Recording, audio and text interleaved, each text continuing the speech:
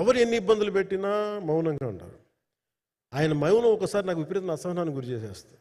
మీరు ఏదైనా మాట్లాడాలంటే ఎవరు ఇబ్బందులు పెట్టి ఏం ఎదురు తిరగరు ఏంటంటే అంటే ఇలా అంటారు, ఏం చేయాలి. ఇంకా ఇలాంటి వ్యక్తికి ఆయన మౌనం నన్ను ఇలా రోడ్ల మీదకి వచ్చి ఇలా మీ దగ్గరికి ముందు నుంచోబెట్టింది.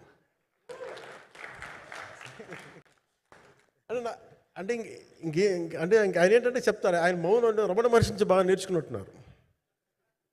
మౌనం అన్నిటికీ సమాధానం. సో నాకు మనస్ఫూర్తిగా ఈ స్టార్ కాస్టింగ్ ఒకటి అంటే చిత్ర పరిశ్రమ మీద ఎందుకు ఇంత గౌరవం అంటే మనందరం కులాల మీద, మతాల మీద, ప్రాంతాల మీద, భాషల మీద కొట్టుకుంటూ ఉంటాం. But any film industry take in this world, especially Indian film industry, దీనికి there is no caste discrimination, there is no region discrimination, there is no religion discrimination, nothing. It's purely your creative potentiality, purely your creative ability. నువ్వు చిరంజీవి గారి తమ్ముడు కావచ్చు, చిరంజీవి గారి కొడుకు కావచ్చు, లేదంటే ఇంకొకళ్ళు అబ్బాయి కావచ్చు, మేనల్లుడు కావచ్చు, ఇట్ డజంట్ మ్యాటర్. నీకు టాలెంట్ లేకపోతే నువ్వు నిలబడలేవు, నీకు సత్తా లేకపోతే నువ్వు ఇక్కడ ఉండలేవు. అది నా కొడుకైనా సరే.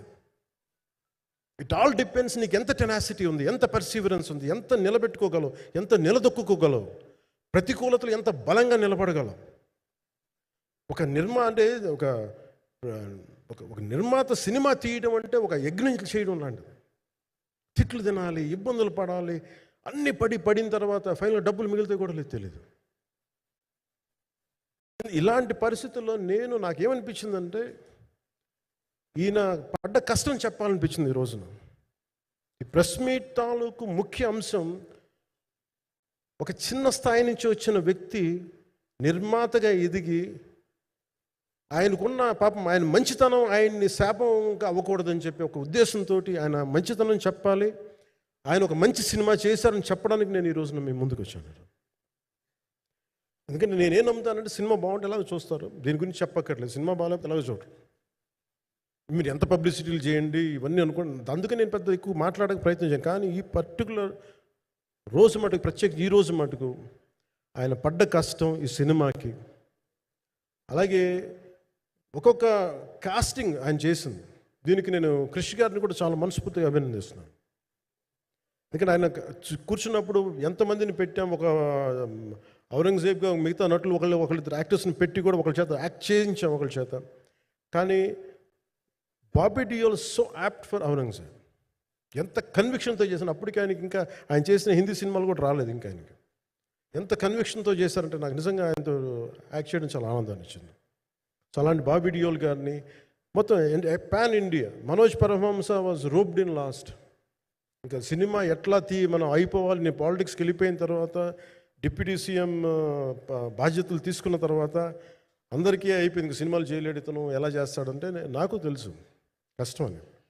నేను ఎలా చేశాను ఈ సినిమా అంటే పొద్దున్న 2 గంటలు చేసామండి, బ్రేక్ఫాస్ట్ టైము, లేదంటే నా ఎక్సర్సైజ్ టైంని కొంచెం మిడ్ నైట్గో లేదంటే ఎర్లీ మార్నింగ్ 4 గంటలు పెట్టుకొని ఆ 2 గంటలు ఏమి దొరుకుద్దో ఆ 2 గంటలు ఇస్తే జ్యోతి, మనోజ్ గారు, మన రత్నం గారు వీళ్ళు కూర్చొని ప్లాన్ చేసి, అది కూడా నా ఆఫీస్కి, నా పార్టీ ఆఫీస్కి కూతవేటు దూరంలో ఉన్న ఒక మా స్నేహితులు ఒక వాళ్ళ గోడౌన్ ఉంటే అక్కడ కూర్చొని షూట్ చేసాం. ఎంత మండుటెండంటే అసలు దాంట్లో కూర్చొని మ్యాట్ వర్క్ చేసి మీరు ఫైనల్ రిజల్ట్స్ చూస్తే ఇది ఇక్కడ చేశారంటే అంత ఆశ్చర్యం అనిపిస్తుంది. Hats off to Manoj Paramahamsa garu. And ఈ సీన్స్ అన్నిటికీ ప్రీ విజువలైజేషన్, ప్రతి సీన్ చేయబోయే ముందు అసలు నాకు ఏమనిపించిందంటే సినిమా చేయగలమా లేదనని పరిస్థితుల్లో జ్యోతికృష్ణ గారు ముందుకు వచ్చి నాతో మాటలు చెప్పలేదని, ఇది ఇలా చేస్తాం అలా చేస్తాం ఏం చెప్పలా, ఏమి చేయబోతున్నాడో ఎవ్రీథింగ్ వాజ్ ప్రీ విజువలైజ్డ్. ఈ సీన్ ఇలా ఉండబోతుంది, ఈ చేయబోయే సీన్ ఇలా ఉన్నది. నాకు దాని మీద ఆత్మవిశ్వాసం కలిగింది. నాకు లేదు, ఒక సత్తా ఉన్న దర్శకుడు, తెలుగు చిత్ర పరిశ్రమకి సైజ్ తీయగలిగేవాడు, మంచి సాలిడ్ ఎడిటింగ్ సెన్స్ ఉన్నవాడు, మ్యూజికల్ సెన్స్ ఉన్నవాడు. అలాంటి వ్యక్తికి మనోజ్ పరమహంస గారు తోడారు. వీళ్ళిద్దరు కాంబినేషన్లో రత్నం గారి అనుభవంతో ఈ రోజున ఒక మంచి ప్రోడక్ట్ అయితే తీసుకొచ్చాం. ఇది ఎలా ఉంటుంది, ఎలా ఉండబోతుంది, ఎంత హిట్ అవుతుంది అనేది ఇది సంపూర్ణంగా ప్రజల చేతుల్లోనే ఉంటుంది. అది ఆ, ఏ స్థాయిలో ఇది ఉంటుంది అనేది అది ప్రజలు చెప్పాల్సింది తప్ప అది నేను చెప్పుకునేది కాదు.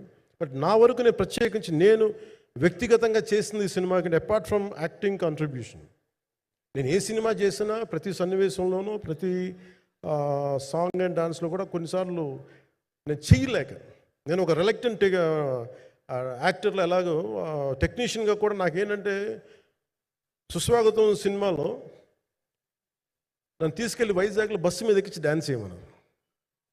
చచ్చిపోయాను డ్యాన్స్ చేయలేక. ఇంకా మిగతా వాళ్ళకి ఎంత తేలికైన డ్యాన్స్ నాకు చేయాలంటే నేను గింజుకుపోయి నేను అనుకున్నాను ఈరోజు ఇంక సినిమాలు మానేస్తాను చెప్పి మౌదునికి ఫోన్ చేసి కూడా చెప్పాను, చాలా పర్యాలు చెప్పాను. అలాంటి అందుకని నాకేంటంటే సాంగ్ అండ్ డ్యాన్స్ కూడా నేను ఎలా చేయగలను దానికి అనుకుగా నేను ఎత్తుక్కుంటాను.